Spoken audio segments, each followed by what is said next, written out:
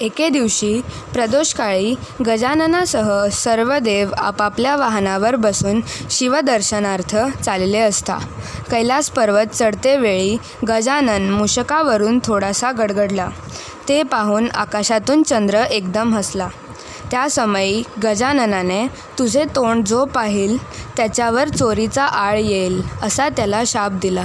त्यानंतर सर्व देवांनी एकमत करून चंद्राला गजाननाच्या पायावर घातले आणि त्याला क्षमा मागावयास लावले.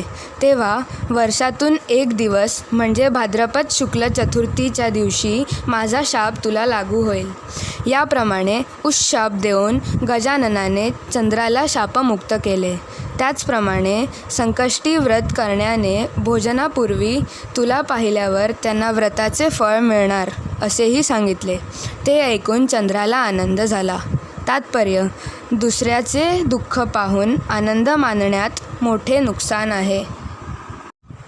श्री सद्गुरुनाथ महाराज की जय.